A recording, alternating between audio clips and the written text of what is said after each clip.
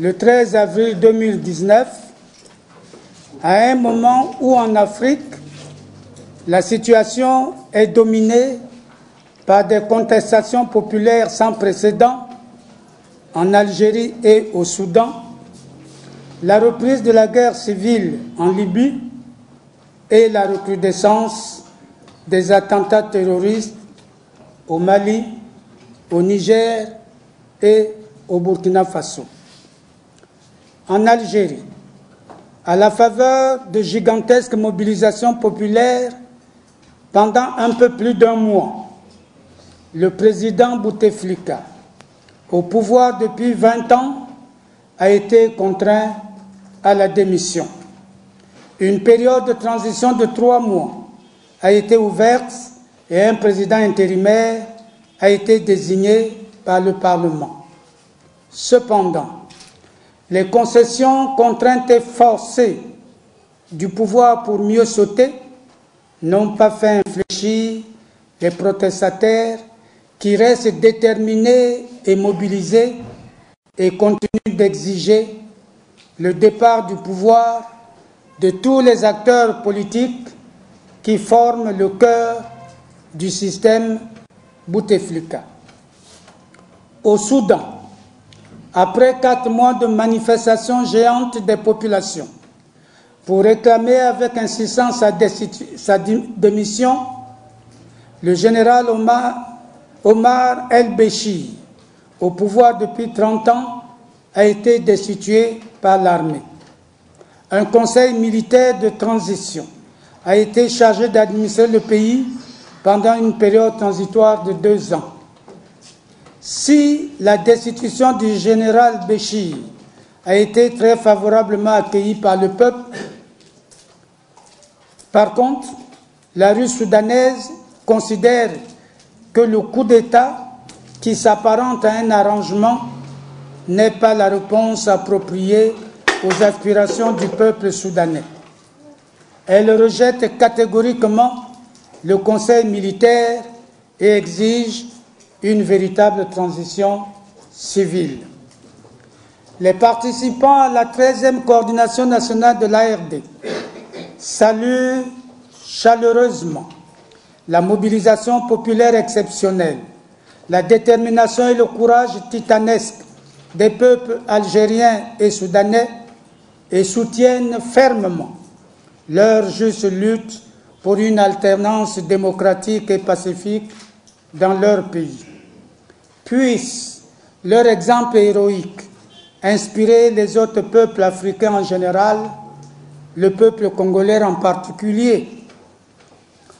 En Libye, l'autoproclamée armée nationale libyenne, commandée par le général Khalifa Haftar et soutenue par l'Égypte et les Émirats arabes unis, a lancé une attaque surprise le jeudi 4 avril 2019 sur Tripoli.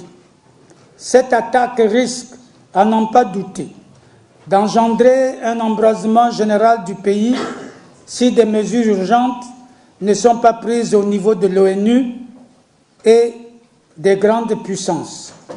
Le dialogue interlibyen que l'ONU compte organiser du 14 au 16 avril 2019 à Kadames, dans le sud du pays, aura bien du mal à se tenir dans ce contexte guerrier. Face à cette situation, les participants à la 13e coordination nationale appellent toutes les parties à la retenue et les invitent à privilégier le dialogue. Au Mali, au Niger et au Burkina Faso, les extrémistes djihadistes multiplient les attentats terroristes, tuant aveuglement de paisibles citoyens, ce sous l'œil impuissant des pouvoirs publics de ces 3 pays et de la force de l'ONU. Les effets dévastateurs de la barbarie djihadiste sur les populations obligent les autorités du Mali, du Niger, du Burkina Faso, l'UEA, la France et le G5 Sahel à accélérer le processus de mise en œuvre effective de l'accord de paix de 2015. S'agissant de la situation au Congo-Brazzaville, la 13e coordination nationale a été essentiellement consacrée à l'analyse de la crise multidimensionnelle qui mine ce pays et à l'élaboration des mesures fortes de sortie de crise. Dans cette optique, la 13e coordination s'est tenue sur le thème « La crise congolaise actuelle, modalités et qualité de la gestion de sortie ». Elle a été présidée par Mathias Nzon, président de l'ARD. Était présent la dynamique pour la nouvelle éthique républicaine et la démocratie d'NRD, le mouvement des Verts du Congo, MVC, le Parti social pour le renouveau démocratique, PCRD, le Rassemblement pour la République et la démocratie, RDR, l'Union patriotique pour le renouveau national, UPRN. Chaque parti membre était représenté par sa direction nationale et 10 cadres. Le thème central de la coordination nationale a été subdivisé en 7 sous-thèmes, à savoir sous-thème numéro 1, état de la crise congolaise actuelle. Sous-thème numéro 2, mesures de sortie de la crise en matière d'apaisement du climat politique, de retour à une paix véritable et durable, de réconciliation nationale et de construction d'un cadre de vie en commun.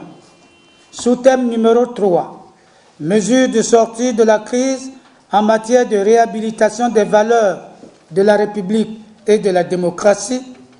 Sous-thème numéro 4, mesures de sortie de la crise en matière de redressement financier, économique et social.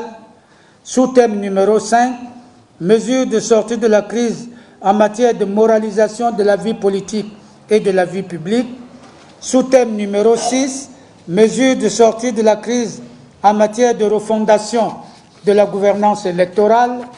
Sous-thème numéro 7, mesures de sortie de crise en matière de redressement politique. Après avoir identifié les principales caractéristiques de la crise congolaise actuelle, les participants à la 13e coordination nationale ont indiqué que la mauvaise gouvernance et la corruption sont les causes principales de cette crise. En effet, de 2003 à 2014, le Congo a engrangé d'énormes revenus financiers générés par le pétrole. Pendant cette période faste, le budget de l'État oscillait en moyenne entre 3 et 4 000 milliards de francs CFA.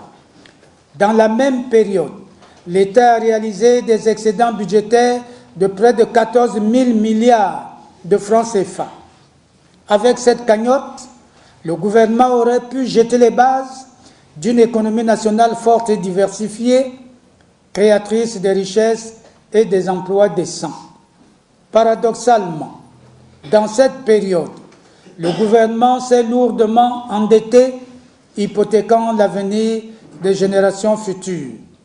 La croissance économique n'a pas eu d'effet d'entraînement sur les autres secteurs de l'économie nationale et l'embellie financière n'a produit aucun impact positif sur le vécu quotidien des Congolais.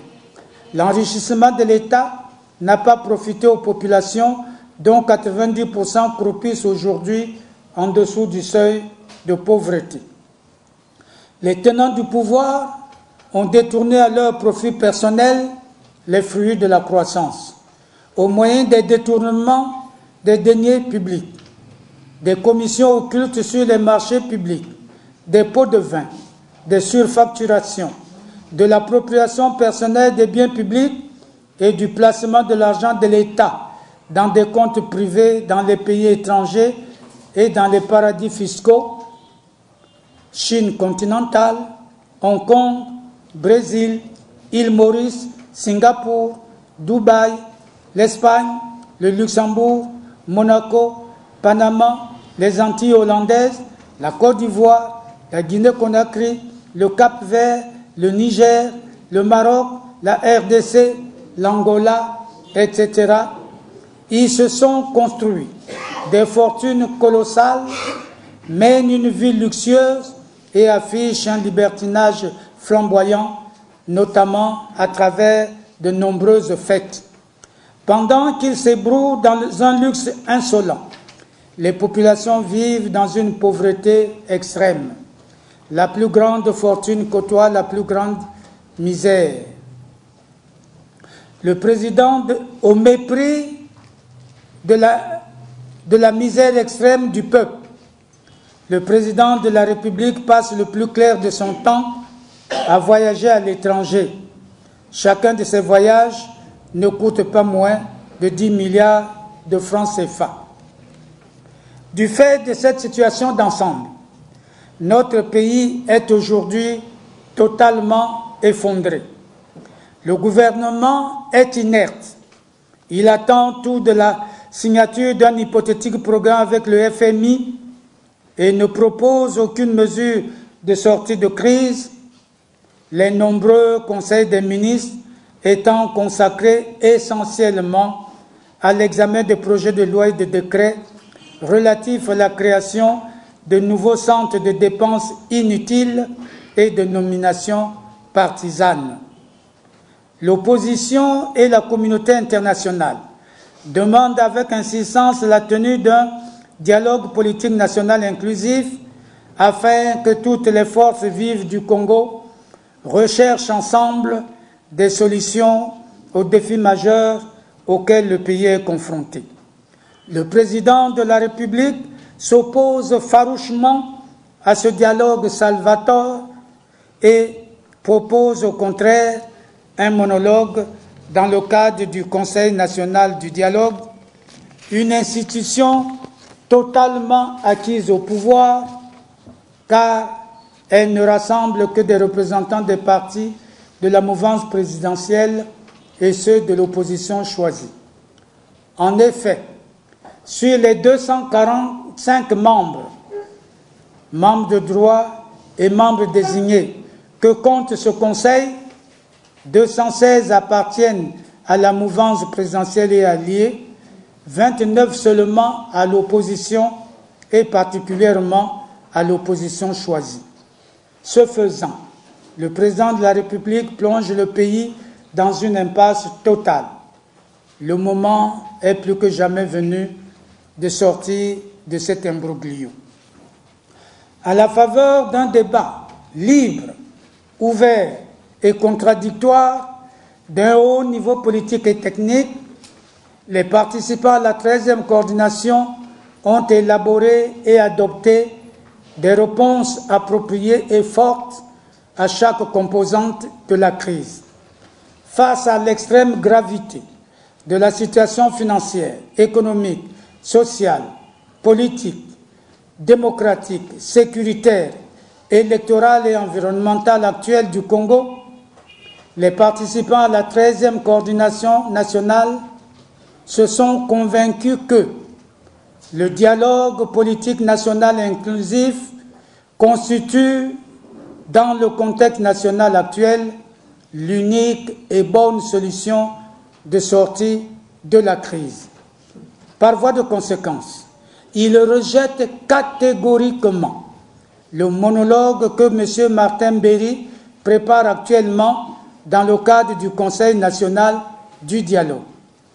À ce sujet, les participants à la 13e coordination nationale rappellent que les monologues de la même farine, organisés par le pouvoir à Brazzaville en 2009, à Evoa en 2011, à Dolisie en 2013, à Sibiti en 2015 et à Ouessa en 2017, n'ont jamais rapporté le moindre remède aux maux qui mident gravement notre pays.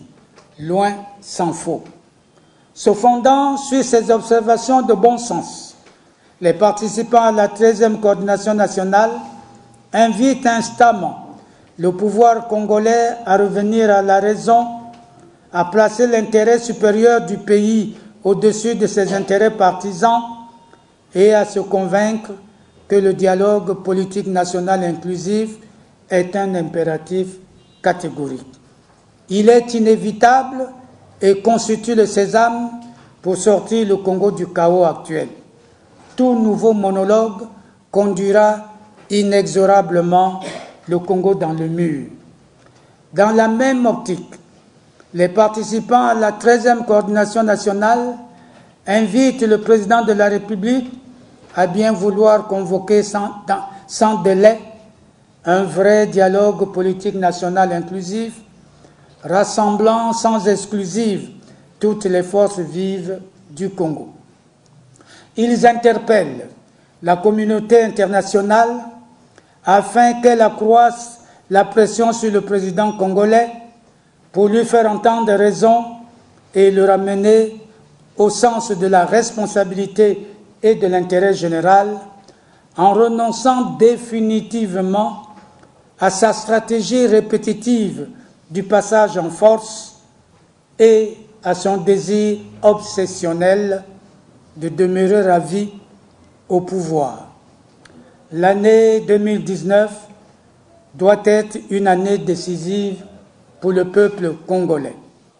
Elle doit impérativement être l'année du dialogue politique national inclusif et du devoir. Fait à Brazzaville, le 13 avril 2019, la coordination nationale.